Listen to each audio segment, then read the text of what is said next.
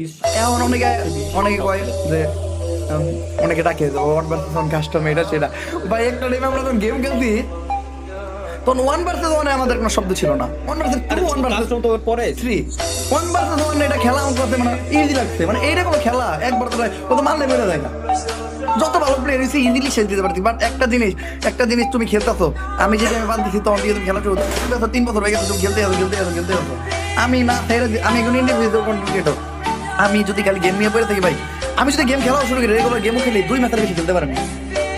কারণ আমার ভিডিও একটা চ্যানেল আছে বড় চ্যানেল ওই চ্যানেলের ভিডিও শুট করলে 10 দিন ভাই খাওয়ার সময় পাই না প্রতিদিন এক বেলা করে খাই 2 বেলা খাওয়ার সময় পাই না ফেসবুক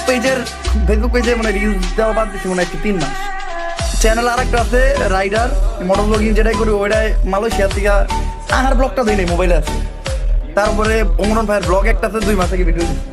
দিয়ে পারিনি মানে কোনো অ্যাক্টিভিটি করতে পারি না এখন এরপরে আমি গেমের প্যারাটা কেমনে নিব